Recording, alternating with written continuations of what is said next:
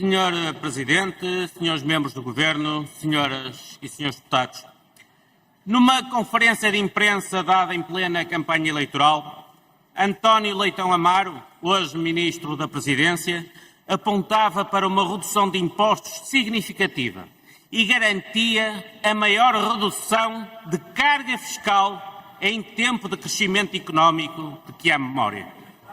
Nessa mesma ocasião, o agora Ministro Miranda Sarmento anunciava que as medidas no IRS valiam 3 mil milhões de euros no total da legislatura, divididas por 3 instrumentos. Eram eles as descidas nas taxas nos escalões de IRS, a redução no IRS jovem e a isenção do prémio de produtividade de um mês.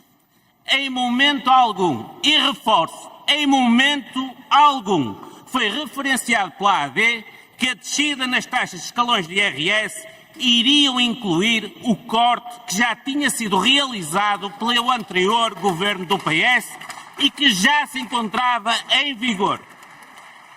Aliás, foi assumido, quer na proposta de reforma fiscal do PSD, quer no programa eleitoral da AD, que a redução de IRS seria a sua prioridade principal.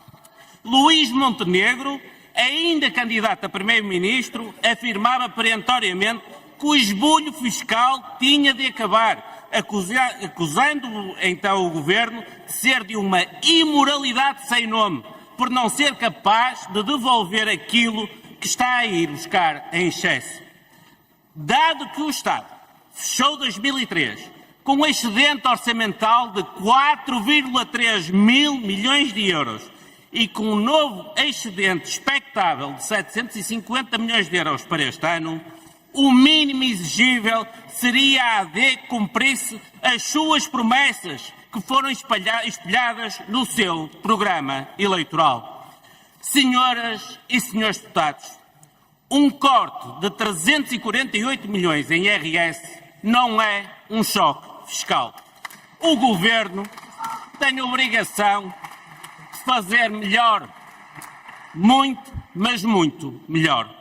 Aos dias de hoje, e com o aumento brutal do custo de vida sentido nos últimos anos, um casal com rendimentos mensais brutos, Sr. Ministro, brutos, de 1.000 euros cada e com dependentes a seu cargo, vive sufocado para pagar a renda da casa, para pagar as despesas de saúde e para pagar a comida. Razão pela qual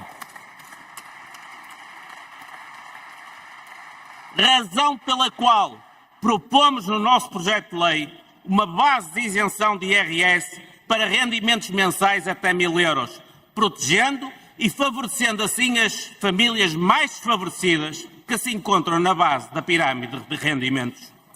Mas o nosso projeto vai além, muito mais além, duplicando os cortes nas taxas marginais propostas pelo Governo para que o alívio fiscal se faça sentir de uma forma mais efetiva para os portugueses. Entre a criação da base de isenção de 1.000 euros e a redução das taxas marginais de IRS, estimamos que o impacto orçamental da nossa proposta supere os 1.000 milhões de euros. Sabemos que é um desafio difícil, mas sem reformas estruturais, sem um alívio efetivo dos impostos sobre o trabalho, tudo, mas tudo, senhoras e senhores deputados, continuará exatamente igual.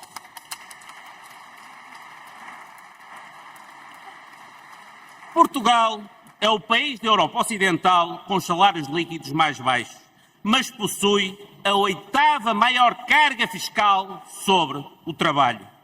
Este governo prometeu uma reforma fiscal e não um remendo fiscal. Então, se prometeu, só tem é de cumprir. Muito obrigado. Muito obrigado, Sr. Presidente. Sr. Deputado Miguel Costa Matos, agradeço a questão. O PS teve 8 anos para reduzir o IRS. Usufruiu de um período inflacionista que lhes permitiu encaixar montantes, milhares de milhões de euros. E o que é que fez quanto a isso? Não conseguiu retirar da pobreza 4 milhões de pobres. 4 milhões de pobres. 4 milhões de pobres. Onde é que estava a vossa proposta de redução de IRS durante estes 8 anos? Onde é que ela estava? O que é que a apresentaram agora e não a apresentaram em 2023? Ou em 2022? Ou em 2021?